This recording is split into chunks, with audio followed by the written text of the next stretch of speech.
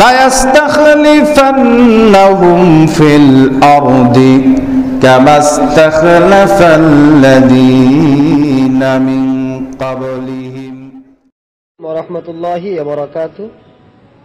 প্রিয় ভাই, আপনি জানতে চেয়েছেন লোকেরা দাফন দেওয়ার পর কিছু মাটি নিয়ে এসে মহিলাদেরকে দেয়, সেগুলো আবার তারা যে দাফন করে। এটা সম্পূর্ণ বিদআত এবং কুসংস্কার। এই কাজ কোরআন এবং হাদিস দ্বারা সাব্যস্ত নয়।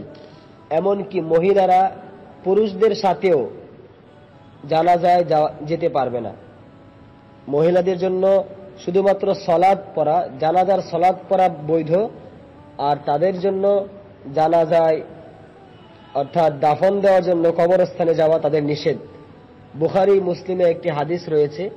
হাদিসটি বর্ণনা করেছে উম্মে আতিয়া রাদিয়াল্লাহু তাআলা আন। তিনি বলেন, নুহিনা আন ইত্তিবাইল জানাইজ ওয়া লাম ইয়াযু আলাইনা। আমাদেরকে আল্লাহ রাসূল সাল্লাল্লাহু আলাইহি সাল্লাম খুব কঠিন করে না, আমাদেরকে জানাজার সালাত পড়ে দাফন দেওয়ার জন্য কবরস্থানে যেতে নিষেধ করেছে। তো সমস্ত আলেম একমত, মহিলারা দাফন দেওয়ার জন্য কবরস্থানে যেতে পারবে না।